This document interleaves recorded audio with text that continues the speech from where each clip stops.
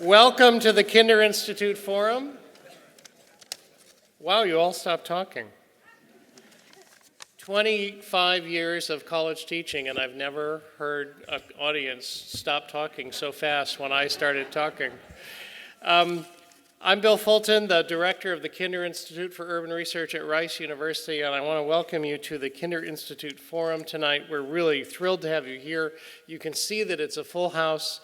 My staff tells me that there are plenty of empty steps if you're looking for a place to sit. The Kinder Institute is our premier lecture series bringing thought leaders to Houston. Throughout the event, we hope you will live tweet with hashtag KIForum. Our own mad tweeter, Heather Layton, is here in row 2, ready to live tweet. You can follow us at @RiceKinderInst. This event is also being live streamed. And as far as the Q&A goes, for those of you who have been here before, you know that the way we usually do this, because of the size of the audience, is we will have our staff members circulating throughout the auditorium with note cards for you, or to pick up note cards from you, where you write down the questions, and then I'll ask the questions and the speaker will answer. First of all, I want to say the KI Forum is made possible thanks to our friends at Centerpoint Energy, the lead sponsor of the lecture series. So I'd like to invite Tracy Yonda, Centerpoint's Community Relations Manager, to come up and make a few brief remarks. Tracy, thanks as always to Centerpoint's generous support.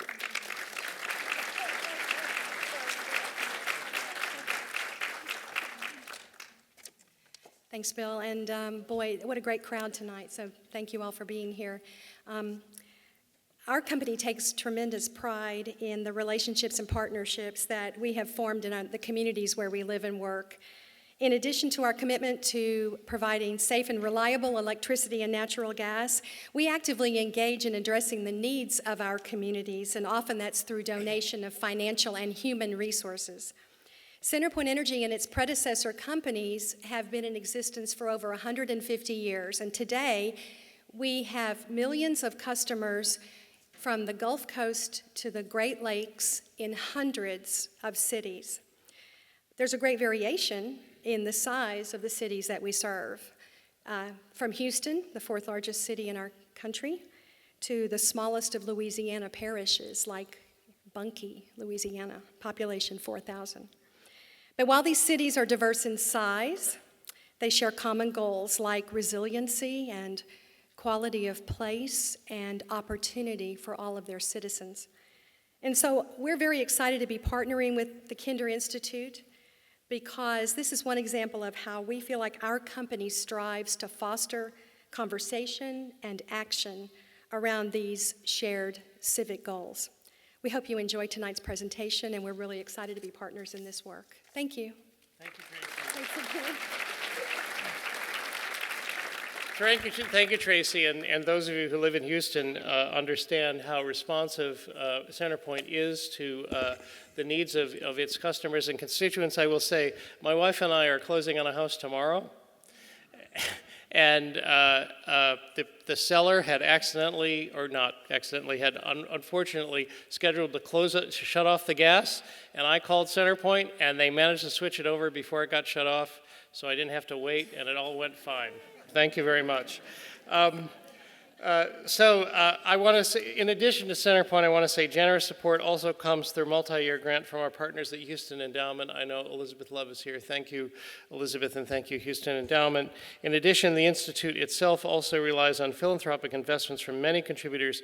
Our special thanks go to Nancy and Rich Kinder and the Kinder Foundation, Guy Hegstedt, thank you very much, Lauren Tom Bacon, Chevron, Wells Fargo, Raynette and Stan Merrick, BP America, HEB, Catherine and Hank Coleman, Sis and Hasty Johnson, Francie Neely, Becky and Ralph O'Connor, Bank of America, Bracewell, PNC, Heinz, Silver Eagle Distributors, and United Way of Greater Houston. Thank you to all of our sponsors.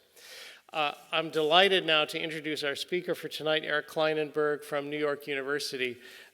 Eric is an endowed professor of social science at NYU, and he is the director of the Institute for Public Knowledge at NYU, which is probably a somewhat kind of sort of close equivalent to the Kinder Institute in New York.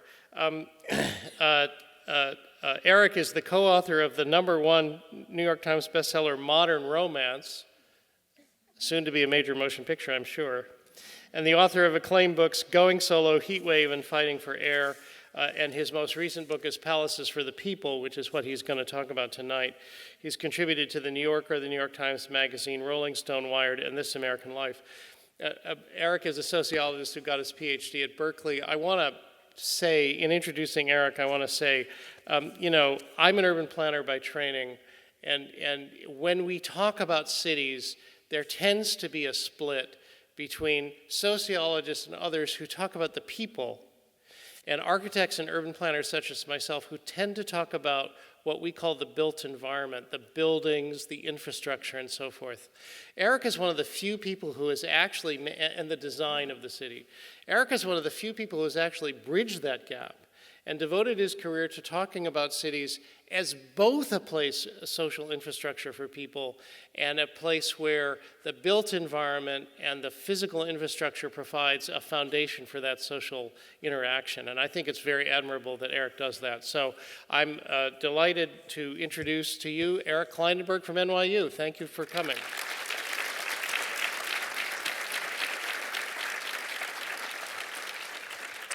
Thank you. Thank you. Is this working? I can hear myself now. Thank you for being here. It's so nice that you're here. I understand this is actually the nicest day in the history of Houston. So I really appreciate you coming out. And it's kind of a special time of year. It's this funny time of year between Thanksgiving and the holidays, and everyone is getting ready for this big family celebrations, and everyone's busy. And so it means a lot to me that you're here. So thank you, and thank you to the Kinder Institute, to Bill, to sponsors for making this possible. It's really exciting. And I thought, since I don't spend a ton of time in Houston, that I would introduce myself to you a little bit just by telling you a story about a thing that happened to me about this time of year, just last year, because my book came out. This book is Palaces for the People, and I should say, incidentally, that the paperback for this book just came out. I saw that there were a bunch of copies upstairs, which was fun to see. And I'm really, part of the idea for coming down here is that we're trying to relaunch the book for the paperback, because this is a book and a project. What I want to talk to you tonight is kind of like, how do we rebuild civil society and democratic culture?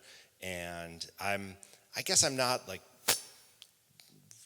ordinarily an optimist, but it was a book that I wrote to try to get us out of the situation we're in, right? I mean, I just think of it as, I like to call it the situation, because I feel like, and the weird thing is, no matter what your politics are, no matter who you like, red or blue, everybody feels like we're in the situation. It's just, it's not good.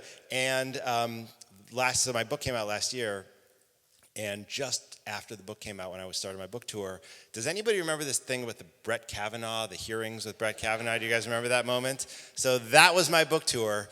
And everyone would spend the day watching the Kavanaugh hearings, and then they would get invited to come to my book talk, in which I would talk about how actually we're going to be fine. And it was a very hard message to sell at that moment. And so we worked out everything with the publisher, okay, let's relaunch it with a paperback. We'll do a new design, and you'll go around in the fall. And, right? You with me? So here we are tonight. I don't know how you guys spent your day, but if it had anything to do with the way I spent my day, you're pretty much in the same situation you were in last year when you were watching Brett Kavanaugh. Is my passport going to work in any other country? But don't worry. I think there's a way out of this, and I'm going to try to pitch it to you tonight. But before I get into the pitch, just so you can understand me a little bit better, I'm going to tell you a story about a thing that happened to me last year at this time. We know the feeling because we're in it, and I had been out on book tour for a lot of the fall, and it turns out I wrote this book years ago called Going Solo, about the fact that there's more single people and people living alone than ever before. And then I wrote a book with a comedian about modern romance and how to find love on the internet. But it turns out I'm married, and I have 2 young kids. And so when I go away on book tour for a long time, men in the room might be surprised to know this, but it actually affects my family in some negative ways and throws a lot of work at my wife. And she also is a book writer and a professor, and she's a very busy person. So when I was on book tour, I was very aware of the fact that I was deep in the hole. I was generating a lot of debt for myself, and I felt it, and I didn't totally know what to do about it. But I knew that I owed her a lot, and I came home. There was this one morning around this time last year, and it was a weekend, and I'd just come back, and I was so happy to be with my family. And I woke up really early because I have little kids, and I woke up, it was like, 7:30 in the morning, and my wife, who is just wonderful and supportive, said to me, I don't know if this ever happened to anyone here who's married, she said, "Oh, hey, honey, so great to see you. I'm going to go meet some friends for coffee and go shopping. I'll be back around 5 o'clock. Bye." And she, and it was like 7:30 in the morning, and I had no warning about this, and she was gone. I mean, she was like 100% gone, out of reach, which was fine. I totally deserved it, but and I owed her, but it left me in this weird situation, which is that I had a 9-year-old and a 12-year-old kid at home, and I don't know if you even understand how many hours there are between like 7:30 and 5 o'clock. It's a huge number of hours, it turns out. So now don't feel too sorry for me, because the 12-year-old is a boy, and for those of you who have not been parenting in the last several years, you should know that there is a whole new technology that has been introduced to help parents deal with 12-year-old boys. It's called Fortnite, and it basically means that you don't have to do any parenting at all. You just put your kid in front of a television and an Xbox, and everything is fine. So my 12-year-old normally we wouldn't let him do that, but it was a lot of hours until 5 o'clock. And so my daughter is a totally different story, because she was 9 years old, and that's like that very sweet moment, where like she's old enough to have a conversation and be interesting, but also she's willing to hold my hand, which is like an ephemeral moment, And so I actually had to do some stuff with her and was looking forward to it, but it's hard because she's a very picky person. She has very strong interests, and so I had to find the right thing. And as it happened, just like a few days before this event, I had been reading the New York Times, and they had a big article about the latest trend in retail, which maybe is now old news, but I don't know if you have one here. Like in New York City last year, Amazon opened this thing that they called the 4-star store. Do you guys have a 4-star store in Houston? You don't have a 4-star store? Okay, I'm from Chicago, so I feel a little bit of your pressure from Houston all the time. And I know you guys are coming down on us hard, but I live in New York now, so I'm a little distant. But the 4-star store, the thing about the 4-star store is it's an Amazon retail store, and everything in the store has gotten 4 stars or more from Amazon raters, right? So you know that everything in the store is going to be awesome. And I read it, like there was an article about it in the New York Times, which is pretty extraordinary, right, for them to have an article about a new retail establishment, but it was there because it had become this cultural phenomenon, and people were coming from all over the place, and there was all this excitement and lines, and everyone wanted to get in, and I thought, I want to check that out, and I could take my daughter there, and I asked her if she wanted to go, and she said, yes, I'd love to go, and that was amazing, because that almost never happens, and I felt really excited. So we had kind of a plan. But that didn't seem like enough of a plan. And I should just admit to you, since we're getting to know each other, that I'm not just like a book writer. I'm also a social scientist, as you heard. And one of the really great things about being a social scientist and a parent is you get to run social experiments on your children on the weekends. And basically nobody knows about it, and you don't have to do IRB at the university. It's just like you could do anything you want. And so I always like to throw in a little mix. So I thought, like, okay, how could I make this a more interesting experiment? And what I thought I would do is I would take my daughter first to the Amazon store, and then I would take her to my favorite gathering place in the city, a branch library not too far away, in a place called Seward Park. And just to give it away, this whole title, Palaces for the People, it comes from Andrew Carnegie, who was like the great, he was Bill Gates, 100 years ago or so, and his big thing was to give money to libraries when he wasn't breaking strikes and hurting his workers. He would give money to libraries, and And he spent something like $2.5 billion in real money to help to build more than 1,700 libraries around the United States. There might be a Carnegie Library in Houston. I don't know. Maybe there is. There is one. Yes, there is. And more than 2,500 around the world. This was kind of a remarkable thing. And he called them palaces. He called libraries palaces for the people because the idea was like, he was an immigrant. He was from Scotland, and he wanted the library to be a place that would kind of lift you up out of your everyday life. Like it would take, if you lived in a tenement, if you worked in a factory, if you were busy, you would walk into a library, and kind of the ideal Carnegie building has a couple of steps going up. It's like you literally are being elevated out of the mundane world and into this kind of special place. And the buildings would have high ceilings and big windows, and they were meant to kind of show you, the patron, some sense of, respect, to offer you dignity and integrity, and to give you a chance to make something more of yourself, right? And so I had been talking with my book about this idea of the library as a palace for the people, and I wanted my daughter to understand that, so I thought, like, okay, I'll take her first to the Amazon 4-star store, and then I'll take her to my favorite branch library, and we'll compare and contrast them, and we'll talk about that stuff. And you think that's a bad idea? I was really, I was very excited about that plan. So I was a little worried that, to be honest, that the Amazon store was going to just crush the public library. So I decided to doctor the experiment a little bit, and I decided that I would not buy her anything at the Amazon 4-star store. Don't judge me, okay? It's going to go to a good place, because part of it is the experiment, but also there is this thing about life when you live in a city or a culture where your leisure time, free time is organized around consumption and shopping. Can you relate to that, Houston? You live in a place that does that, and on the one hand, that can be kind of fun. I mean, I like to shop, I like to go to the mall, but on the other hand, do you ever have that experience where you go out shopping and you either buy something that's really expensive, and then you come home and you're like, why did I do this? Or in a couple days, you realize it didn't make you as happy, or as you wanted, or you don't buy anything, and then you kind of can't stop thinking about the stuff you don't have. I just mean to say that there are a couple downsides to living in a consumer society where leisure time is organized around shopping, which is what we do, right? And so I wanted her to experience a little bit of that pain. I don't think that's a horrible thing. Okay. Stop judging me, okay? I mean, it's like, because I really came from a good place.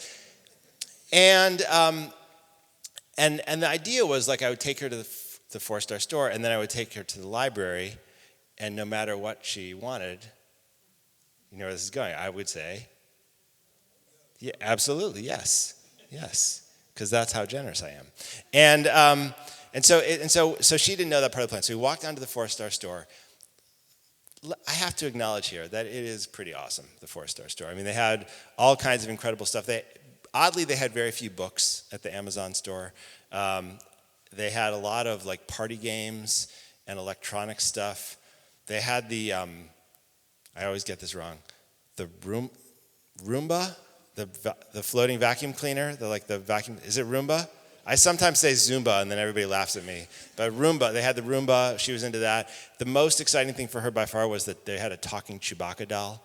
And she spent 30 minutes with the talking Chewbacca doll, which ordinarily I would think was weird, and I'd be upset about it. But again, 5 o'clock is when her mom is coming home, right? So I was fine with it. And basically, after the time we spent there, which was less than an hour, she had asked me for something like $1,200 in stuff. And I mean, granted, she was 9 years old. She had a birthday coming up. She does Christmas and Hanukkah. I mean, she had all kinds of good reasons for requesting stuff, but it was a lot of money. And it was weird because she really was not expecting me to say, no, you're not going to get anything. And then she tested me, and I kind of came back. And then she realized I was not going to give her anything, and she was really, let's say she was more upset than the people who designed this experiment had anticipated. And I suddenly had to deal with that problem. So we had a little bit of a standoff, but I was able to correct the situation. Let's say there was some sugar involved. But I got her, I got her through that, and we started walking down to Seward Park. And Seward Park, by the way, for those of you who don't know, is in the Lower East Side of New York. Anybody, can you raise your hand if you know about the Lower East Side of New York City?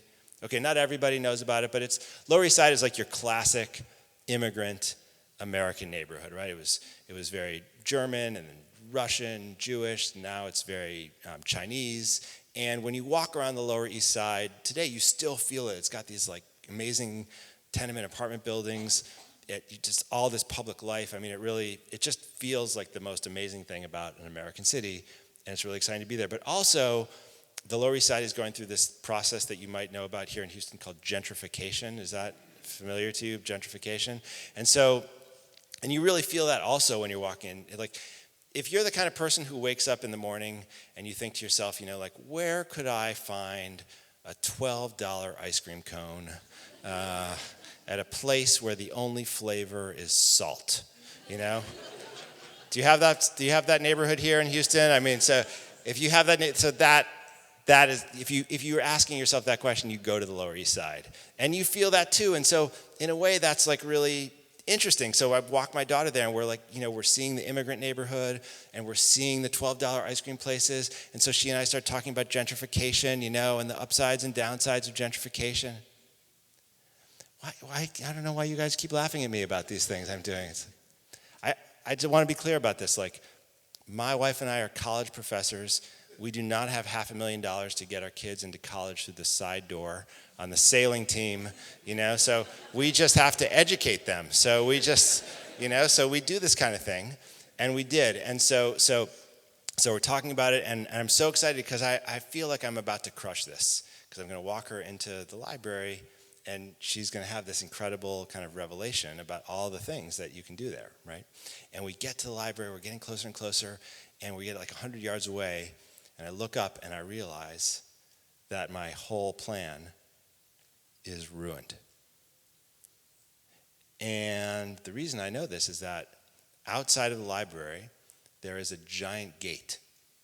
And on this gate, there's not one, but two large padlocks. And the library is closed. Closed. And I turn to my 9-year-old daughter and I say, okay, well, this is interesting. Why do you think the library is closed? Because I'm just trying to spin something out of this, right? And she says, Dad, it's Sunday. Everybody knows the library is closed on Sunday. Now, this was a little bit more humiliating even than I had anticipated, because if you're a parent, you know that part of the problem you have is just sustaining the illusion that you have some knowledge and legitimacy in the world all the time. And when you've just written a book on the one subject that you should be crushing, and your daughter realizes you actually don't know what you're talking about there, you're really on thin ice. And it's true, like, I had just spent a year going to branch libraries just about every day, and the researcher part of my brain knew that New York City branch libraries are closed on Sundays. But the dad whose wife was gone till 5 o'clock needed that library to be open, and I just blocked it out. So I say to my daughter, okay, Sunday, so why do you think it's closed on Sunday? And she says, because Sunday is a religious day. Everybody goes to church. And I said, you realize we're in New York City now, right? And I was very impressed by the answer, because it made some sense, but I knew that wasn't the real answer. Do you know what the real answer is? Why is New York City closing its branch libraries on Sundays? Do you know? Because they don't have enough money in the system, because we're not funding the library system, because we think the library is a luxury. We think the library is a luxury, and not what I've come to think of it as, which is an essential public good. An essential piece of our social infrastructure, right? I know a few things about the library, actually. I know that years ago, not too many years ago, Sundays were the most popular day of the week for branch libraries in New York City, because that's the day when you don't go to work and you want to be with your kids and your spouse, and you want to go to the library reading room and see your neighbors and let everybody kind of convene and commingle and study and make more of themselves, right? We used to do the libraries really well on Sunday. I learned this pretty fascinating thing not too long ago. Do you know that the subway, the typical subway ride, the average subway ride in New York City now, go to point A to point B, takes longer than the average subway ride 70 years ago? The subway's slower now than it was 70 years ago. Well, the library is also underperforming because we haven't invested, we haven't kept it up.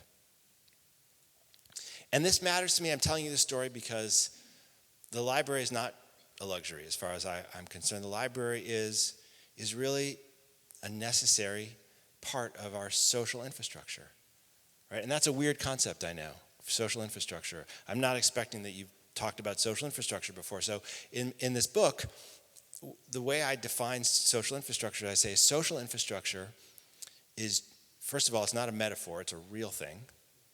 What I mean is that there's a social infrastructure that's just as real as the infrastructure we have for water or for power or for transit. And it refers to the physical places and the organizations that shape our interactions, right? It says like social life doesn't just happen because we want it to happen.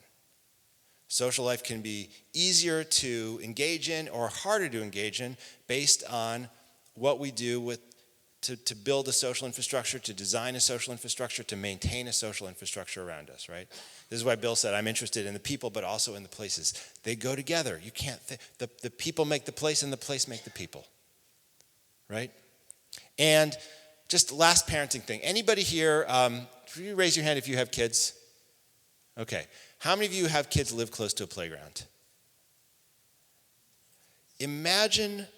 Think about the playground for a moment. The playground is not it was not ordained by God. I've read the Bible pretty closely, and there's no point in the Bible where you learn about God creating the playground. Like, we created that thing. In fact, the first municipal playground in the United States was in Seward Park, where this library is, right? We built playgrounds once upon a time. Let me ask you, how many relationships do you think have developed in American cities because a couple parents, caretakers, decide to push the same swings for their kids around the same time on enough afternoons or weekends that eventually they have to put their phones down and talk to each other, And that, you're comfortable enough to say, hey, my phone just rang, I got to grab this. Would you mind just watching my daughter for a minute while I stand over there? And then next thing you know, we have a little lunch together, and then there's play date, and then the families get together for dinner. How many relationships do you think exist in the United States today because there's some families who live close to each other on a playground and met each other? 10? 10 million? 100 million? Think about it, imagine if we didn't build playgrounds, right? That's social infrastructure. And I know that social infrastructure matters. The first book I ever wrote, the first project I did in graduate school was a book about a heat wave in Chicago, my home city, where hundreds of people died in just a couple of days from a heat wave. You guys would laugh at the heat in Chicago that summer. It was like 106 degrees, but it felt like 126, and it didn't go away. And 700 people died, and the neighborhoods that did the best were actually not the wealthiest neighborhoods.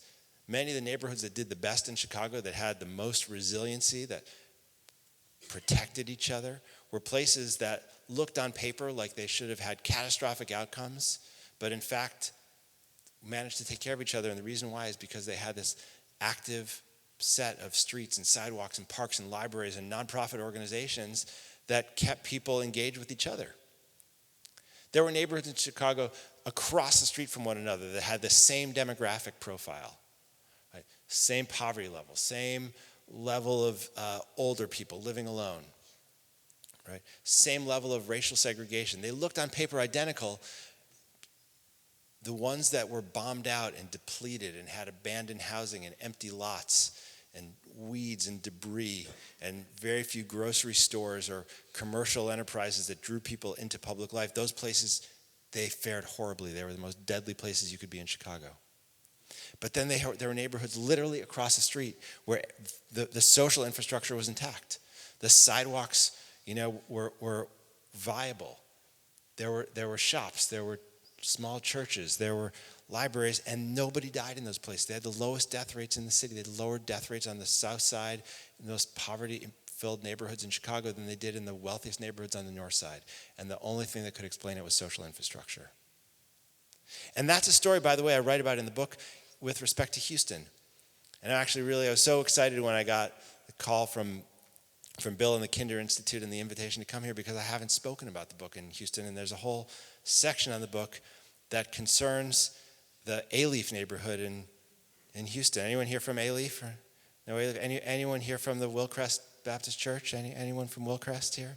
Because I wrote a little bit about this story.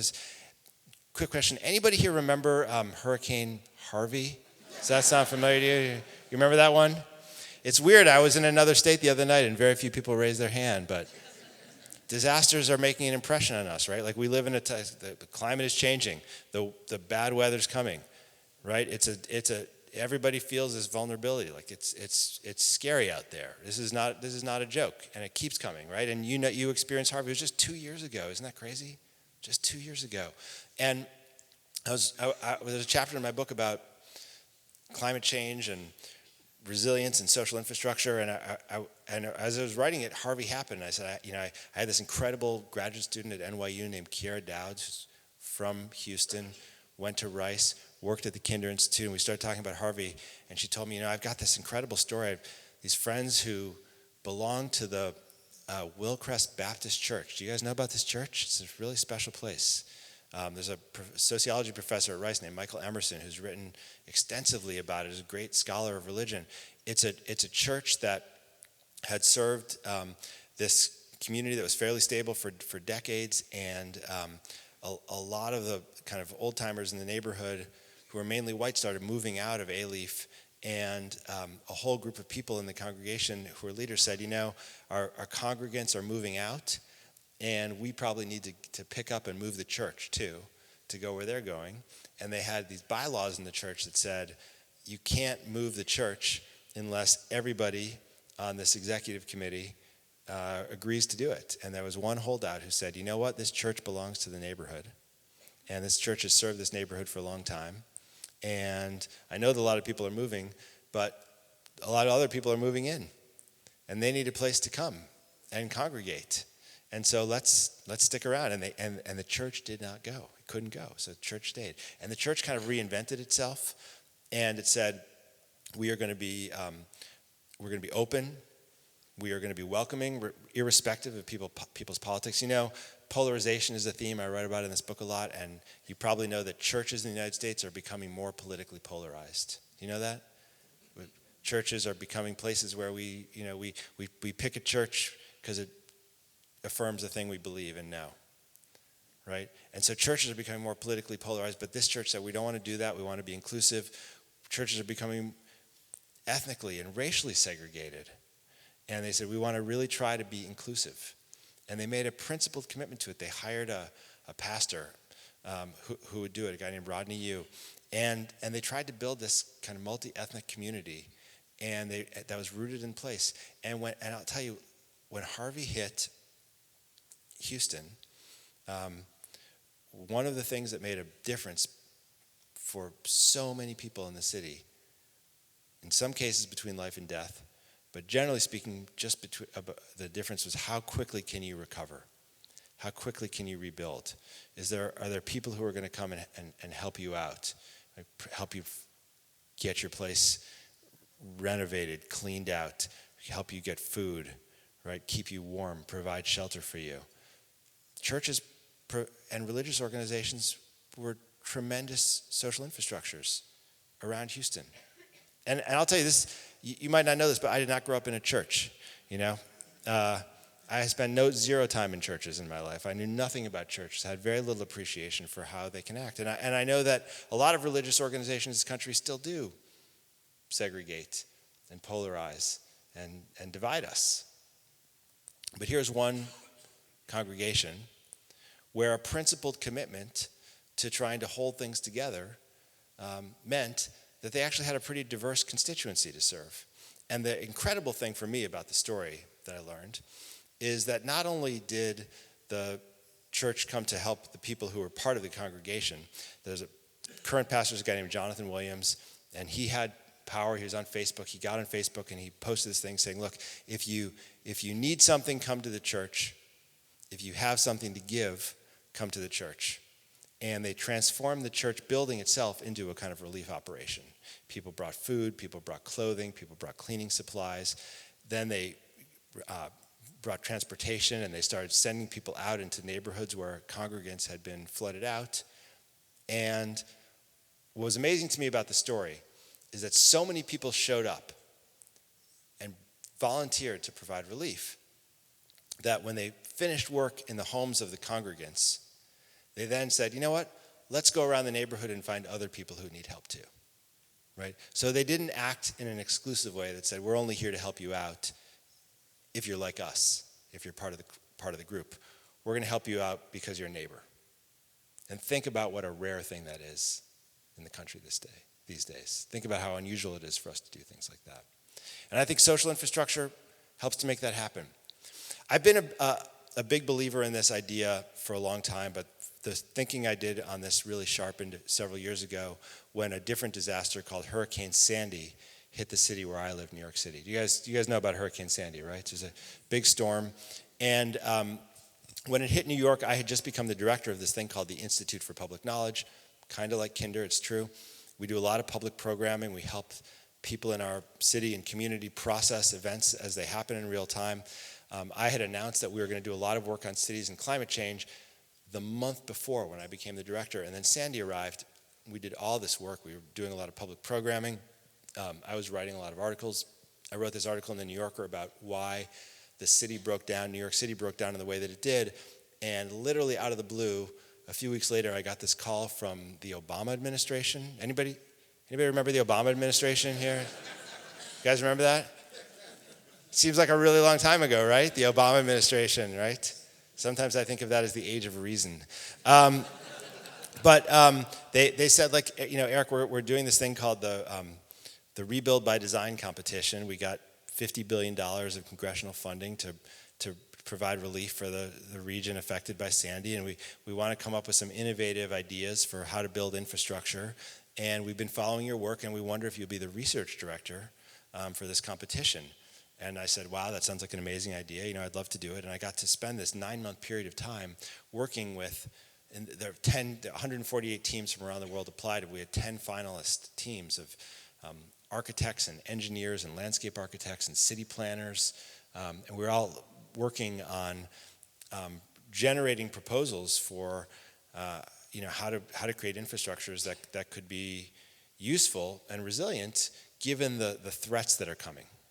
Okay, and it was an incredible competition. We had amazing architects that participated in it, and it was important that we did it because right after Sandy hit, you might not remember this moment, but Sandy hit. People were really surprised that a hurricane could hit New York City, and the thing that a lot of political officials and engineers were saying New York City needed to do after Sandy. Tell me if this phrase sounds familiar to you. People were saying what New York City needed to do to survive climate change was build a... Oh, that was so weak. I mean, I'll tell you, I've been to other parts of Texas, and I've tried that, and people go nuts. They're like waving flags around, and jumping up and down. I didn't think I was going to get much of a response from you. I feel about the wall probably the way you do, but that's what people were saying. Like, you need to build a wall around New York City to protect it from climate change. And that's not a totally crazy idea, by the way. Anyone here ever been to New Orleans? Venice? Anyone been to Venice? Follow the news about Venice? London's got seawalls around it, right? I mean, so it's not crazy. There are some places where you need walls, and you probably need something to protect the really vulnerable, low-lying parts of Manhattan, because there's a lot of infrastructure under there. But it's, imagine building giant walls around New York City would be a hard thing. And there was this kind of famous idea that you would build like a big wall where the Verrazano Bridge is in New York, and you'd like protect New York, but not worry too much about what was around it. And and that turned out to be an issue because you guys probably don't realize this, but if you, and this is kind of like a private national security thing. I had to do some security clearance work to be part of this competition, but you guys seem nice. So just don't tweet about this or anything, but you might not realize this. If you walk all the way to the west side of Manhattan, can you picture this? You walk all the way to the west side of Manhattan, get to the Hudson River. Please don't tweet about this tonight, but if you look straight across on the other side of the Hudson River, there's an entire state called New Jersey. And, right? I had the same reaction you did. I was like, really? That's what that is? And if you build a giant wall to protect New York City from a big storm, where do you think that storm water is going to go? Where's that sediment going to go? Do you know? Okay, I know what you're thinking. I could tell what you're thinking. Okay? No, I know some people were like, oh, maybe it's not such a terrible thing. But I'm just going to give you a couple things to consider. Bruce Springsteen. Okay? The Sopranos, right? New Jersey is much better than it used to be. Let's put it that way. So you don't want to throw New Jersey under the bus. Let's say we decide to be good neighbors in New York and we say okay, we'll extend the wall around New Jersey too. All right? Now I'm from the Midwest originally, but do you guys realize that if you go south from New Jersey, just straight south, you hit a whole other state called Delaware? I think it's Delaware that's right there. I always screw this up, right? And then south of Delaware is Maryland, right? Am I right? And then Virginia. These are a well-educated group here tonight. So the question is, where do you want to stop building the wall? Right? If you decide to solve your big looming problem of building a wall, where do you want to stop building it? Florida, yeah. Someone always is like, Florida, yeah. I'm not going to ask whether you want to include Florida or exclude Florida, but let's see what happens in the next election. So for Rebuild, we were thinking okay, if we're not going to build walls, how can we build social infrastructure, knowing that the hard infrastructure often breaks down? There was a winning proposal from a Danish architect named Bjarke Engels that involves building kind of a bridging berm that would function like a wall around the lower parts of Manhattan, but it would operate as a park 364 days a year. It was like a slope of parkland that would provide a protective barrier for the inland areas that need to remain dry, but a levee doesn't have to look like just a flat wall, right? It could be sloped. You could build something out. So they designed it as a park. It was a brilliant idea. And there's this one amazing day that I want to tell you about where I was with this team that came from the Gulf region. They had done incredible work after Katrina, and they were really feeling stressed about the competition because there's a very high-profile design competition. The world was watching. There were billions of dollars at stake, and it was a big moment for everyone's career, and they were having trouble coming up with an idea, and they came to me this one day and they said, Eric, we've been trying to figure out how to build social infrastructure into our plan, and we've been struggling, but we've finally come up with an idea. We're so excited about it. We've got a prototype for an entirely new kind of building that we are calling a resilience center. And we want to tell you about it, and we think it's going to work. We're designing for this one neighborhood in Connecticut, but we actually think this is kind of a prototype for a building that we could scale and put into neighborhoods all over the country, maybe all over the world. And I said, wow, that sounds really amazing. Could you tell me about the Resilience Center? And they said, yes. Imagine you have a public building that's designed to be kind of a home away from home for everyone in the neighborhood. A public building. It will be open 5, 6, 7 days a week. It will be staffed by these resilience professionals whose job is to be aggressively welcoming in the neighborhood. The doors will be open as much as possible, and we really want to make people know that they are wanted there. They said, the Resilience Center will be for everyone, but it's especially important that very young people and very old people know that they have a place there because they're the most bound to the neighborhood where they live, right? The least mobile. And so we'll have a bunch of special programs for them. For the young people, we'll do reading classes in the morning. We'll do story time. We'll do sing-alongs. We could do arts classes. We could make multilingual courses, and just a lot of play spaces and playtime. We know that young people don't just wake up and come to the Resilience Center by themselves. They have adults. So for the adults, the parents, the grandparents, the caretakers, nannies will have comfortable furniture, and we could do maybe we'll have Wi-Fi in the building. We could have tablets and machines, so that they feel really comfortable there, and they could be social. And the older people, they said, we could do book clubs and film nights, and we could do current events conversations. And they're so full of ideas, exciting. There's Eric, we really think this is a great idea.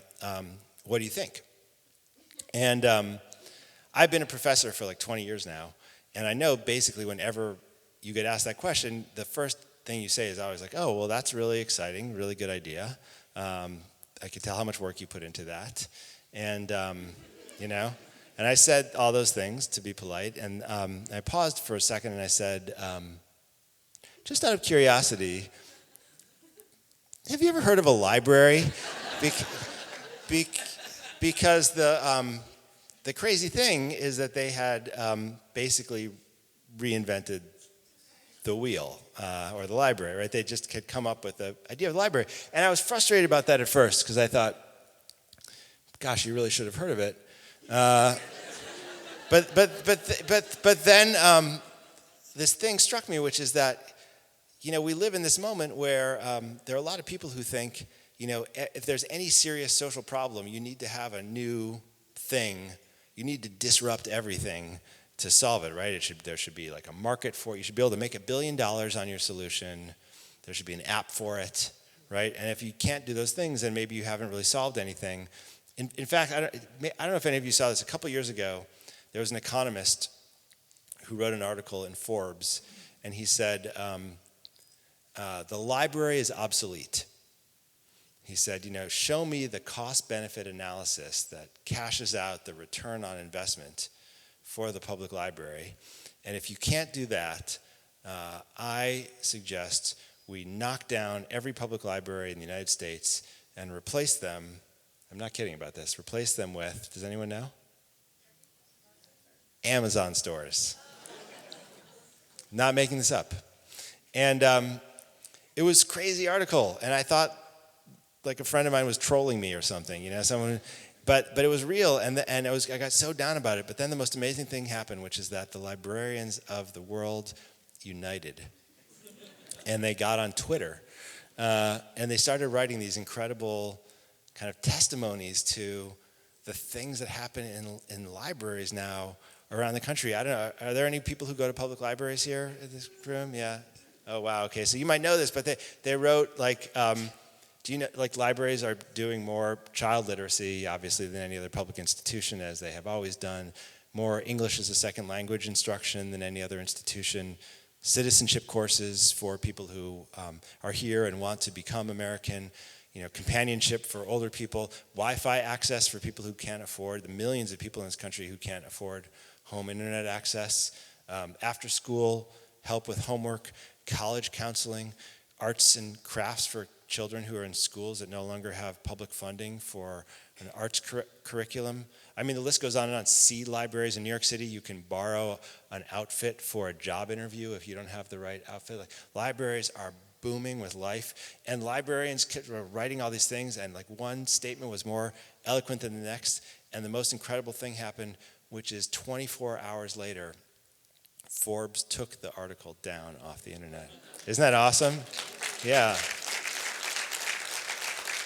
I like to think of that as the only good thing that's ever happened on Twitter. And it was an amazing thing. I was so excited about it. I was like, wow, there's this thing happening in the United States, down as I sometimes feel. Look at the librarians doing this thing and the power of the pen.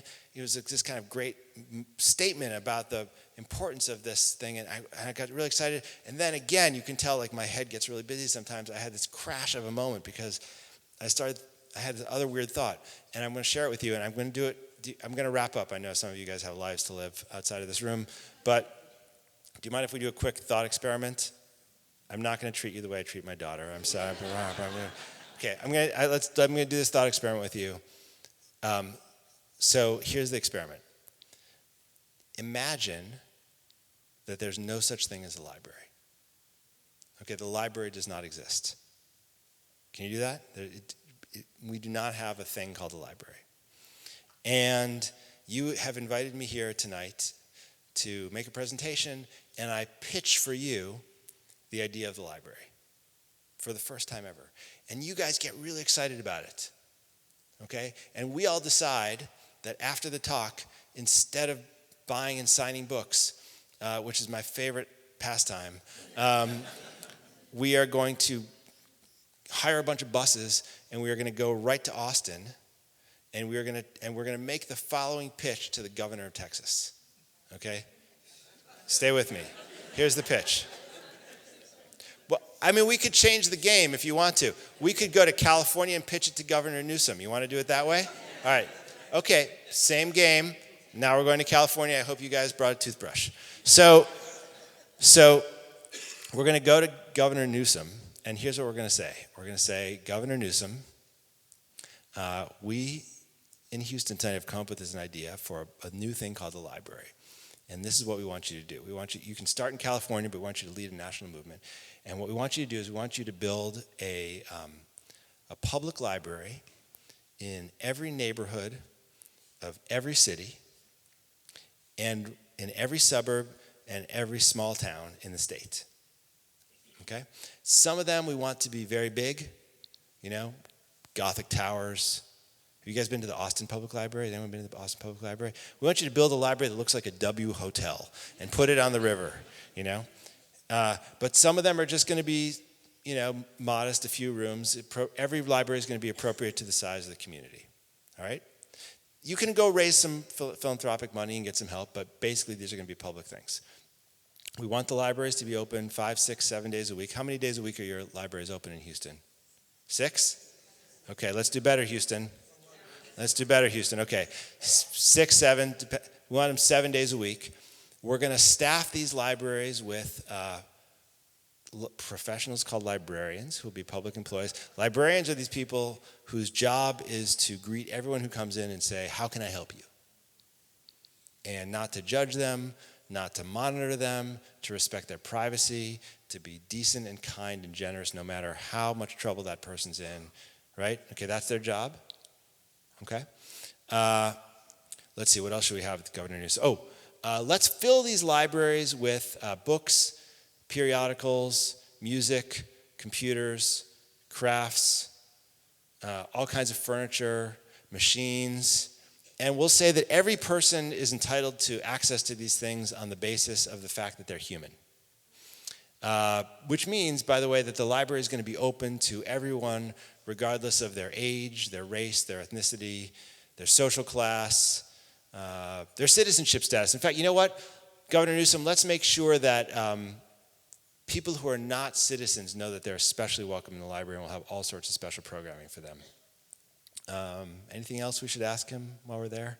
It's a long drive. One more thing, Governor Newsom.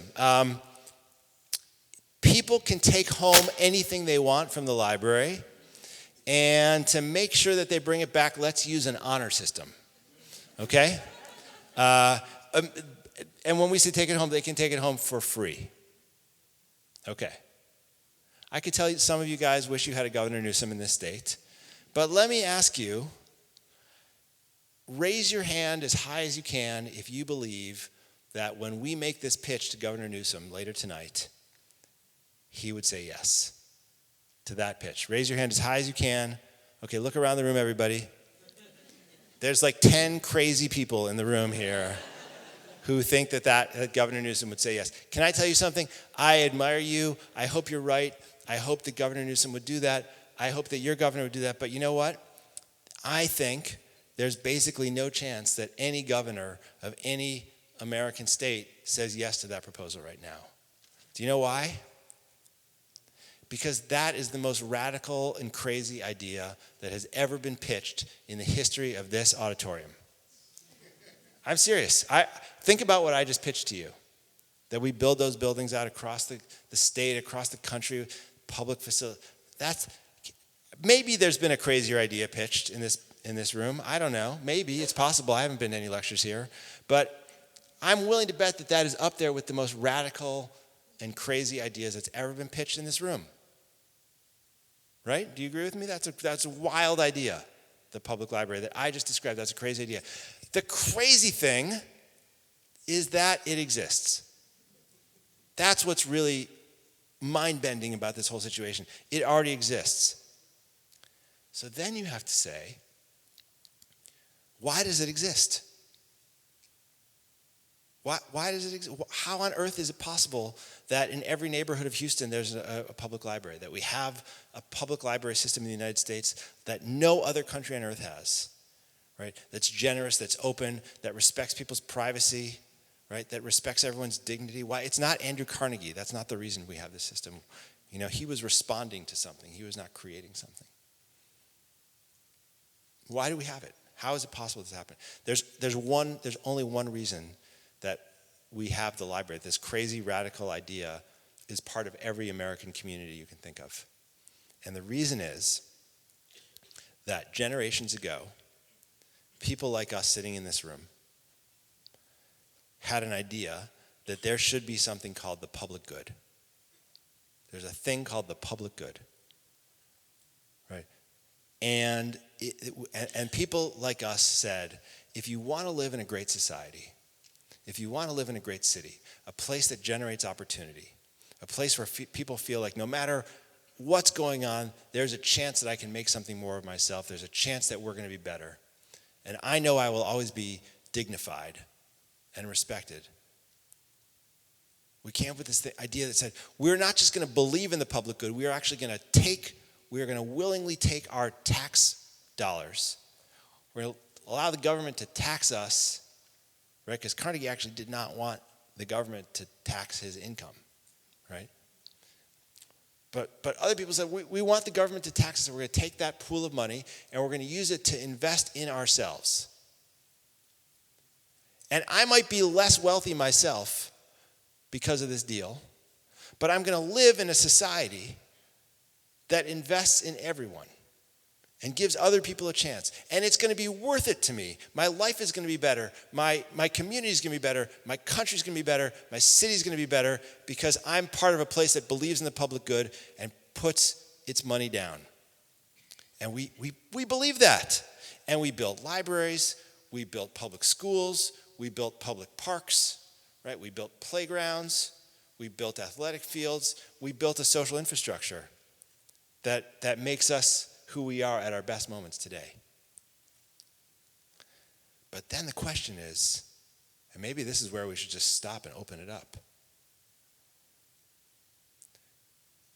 Are we capable of doing that for the generations that are coming after us? Are we capable of making that kind of gift to ourselves right now? Palaces for the people. There's so many palaces being built in Texas right now. Right? I bet you could take me on a driving tour of neighborhoods here where there are palaces everywhere. You know?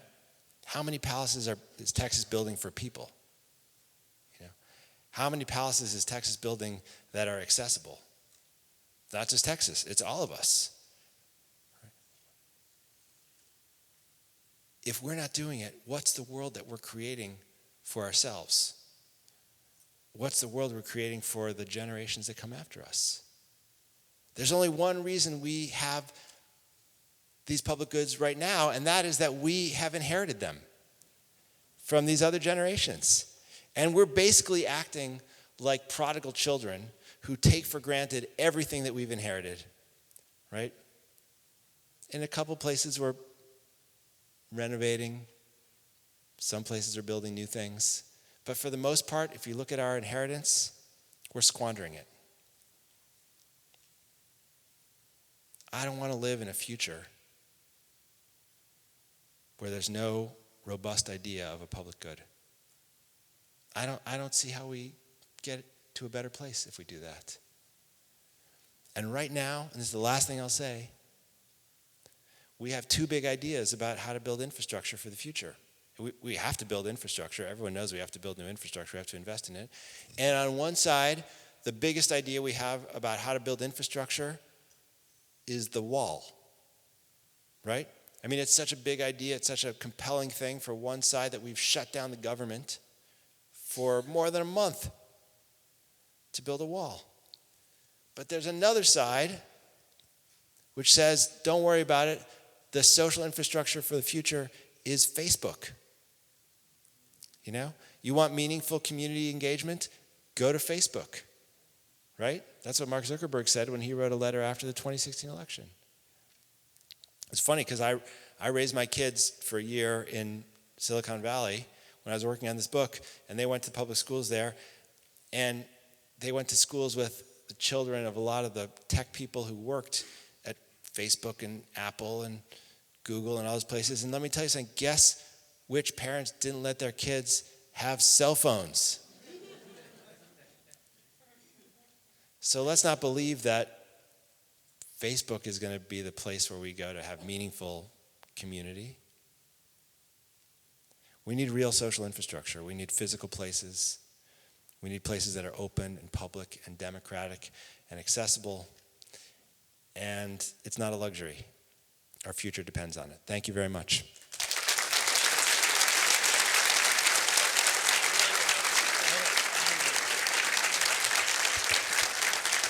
All right, thank you, everybody. Thank you, Eric.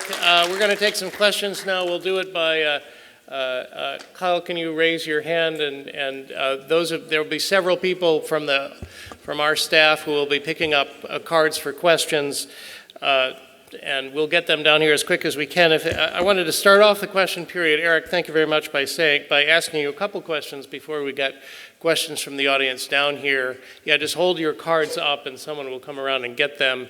The first question I had, Eric, going back to the beginning of your presentation is, do you believe that your social science experiments with your children should be subject to IRB approval? I'm going to leave that for all of you to decide. My daughter just turned 11. She's survived so far. She seems to be in pretty good shape. And we did come through for her on her birthday, Hanukkah, and Christmas. So we did not get the talking Chewbacca doll, for any of you who are wondering. No, I don't really do crazy social experiments with my kids, but I do really try to teach them things, and so we talk a lot. I think like one of the pleasures of raising children in a city, where even a city where there's not ample green space and it's hard to get fresh air when you need it, is that there's just all this incredible stimulation around, and it's an incredible thing to talk to them and see the way that they understand the world. And honestly, I don't think I would have rediscovered the libraries, for instance, were it not for my children, because your kids take you places, and if you keep a running conversation, you'll learn a lot more from them than they'll learn from you. Okay, we have questions from the audience now. They'll coming. The first one is, do you believe there is a need for public policy to create social infrastructure, or does it arise organically from a social need? Well, things like libraries and parks and playgrounds and schools are expensive to build. And what happens when you have a system where you say, let's lower everybody's taxes and shrink the government, so much that you could, what does it go down? It could go down the drain in the bathtub, or is it drown in the bathtub? If you do that, then you then rely on philanthropy to generate good things. And I happen to live in a very wealthy neighborhood in a very wealthy city, and so we have a kind of tech media mogul billionaire who's decided, our neighborhood needs a better cultural arts resource outdoors by the river, and he's going to put $200 million into building this place, and it's going to be amazing for me. And there's lots of neighborhoods and lots of cities that are lucky enough to have really wealthy people who say, I'd like to make a philanthropic donation to give something here. And they oftentimes build awesome, amazing, and beautiful things. But the problem is, as a system, it doesn't really work, because what generally happens when you rely just on philanthropy is that the places where philanthropists live and love get a lot of goods, And the other places, which tend to be the places with the greatest need and vulnerability, get very little in return. And so a system that says, let's get rid of public policy and let's rely on the largesse of people who make tons of money and then fight so they don't have to pay taxes, is a grossly unequal one. And I really fear that the collapse of library systems across the country, the collapse of parks across this country, the collapse of public schools across this country is due to a very powerful movement that said, let's reduce taxes as much as possible and rely on largesse to get us through. And I think we are dealing with a whole set of problems that come from that. And I say this, by the way, as someone who grew up in Chicago in the 1970s and 1980s, when the city was in really hard times. There was incredible fiscal austerity. We did not invest in our public goods. We did not invest in our public places. And we really suffered as a result of it. And so we see some investment in cities again. There's some places that are doing good things. But I think we really need to overhaul our whole approach to infrastructure and to public goods. Here's another question. A number of people have asked this question in different ways. You talked a lot about social infrastructure. You also talked a lot about gentrification, and you implicitly talked about that just now. What do you see as being the interplay between what one might call fair housing or fair neighborhoods or equal gentrification and social infrastructure?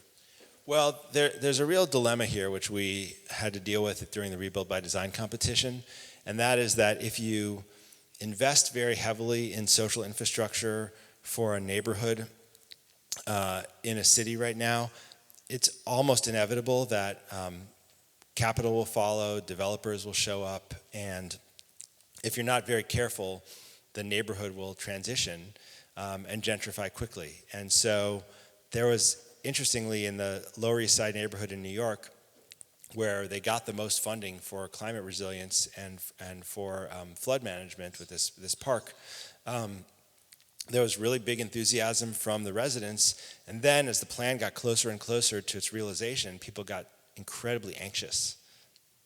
They said, we've done this whole project to be resilient, but you can't bounce back in a neighborhood if you actually get bounced out.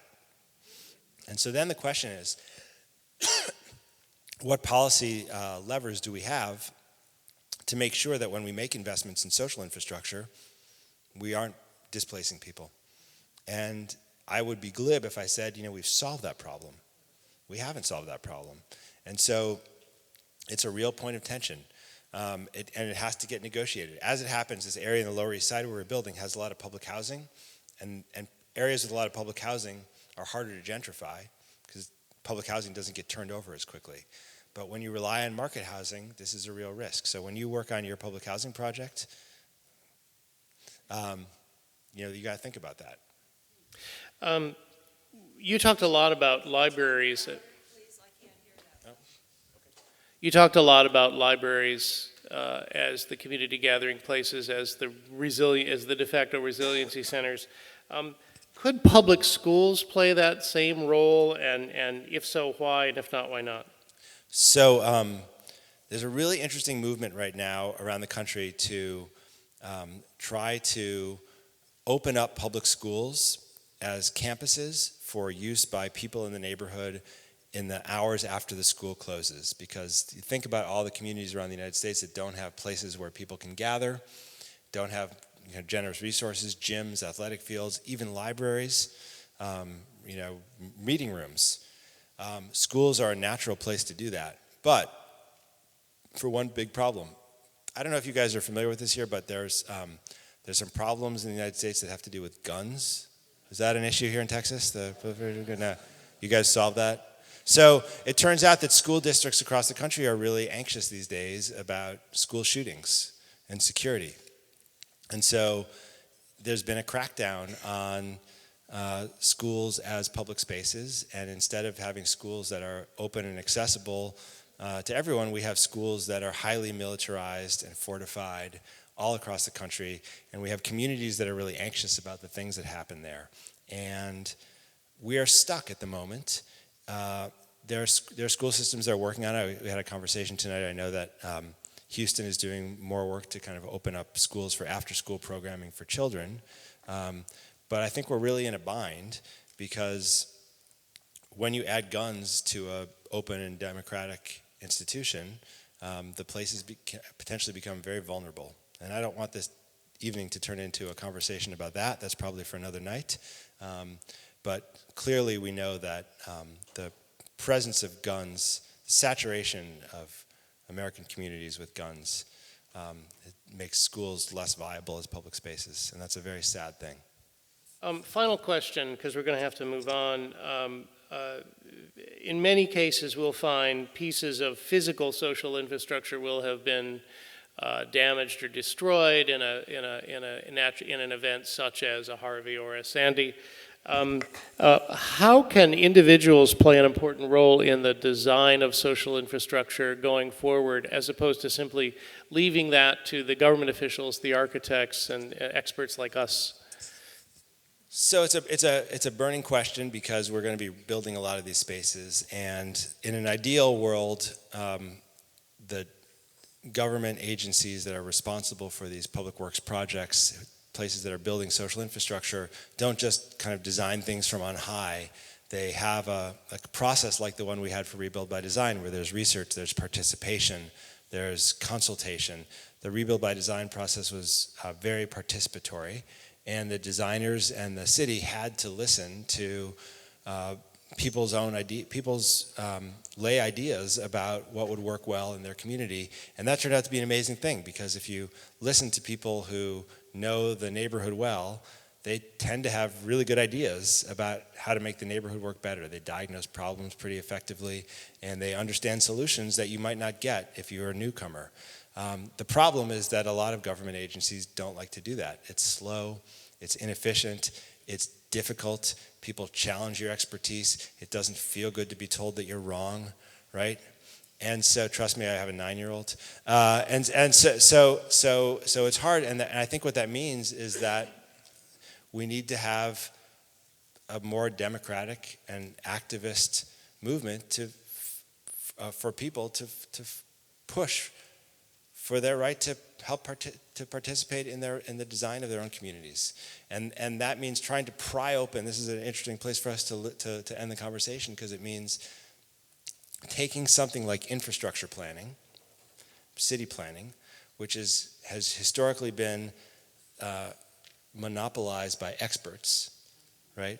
We're told that you can't really participate in conversations about infrastructure. That's for engineers and city planners, right? You can't possibly understand what you need.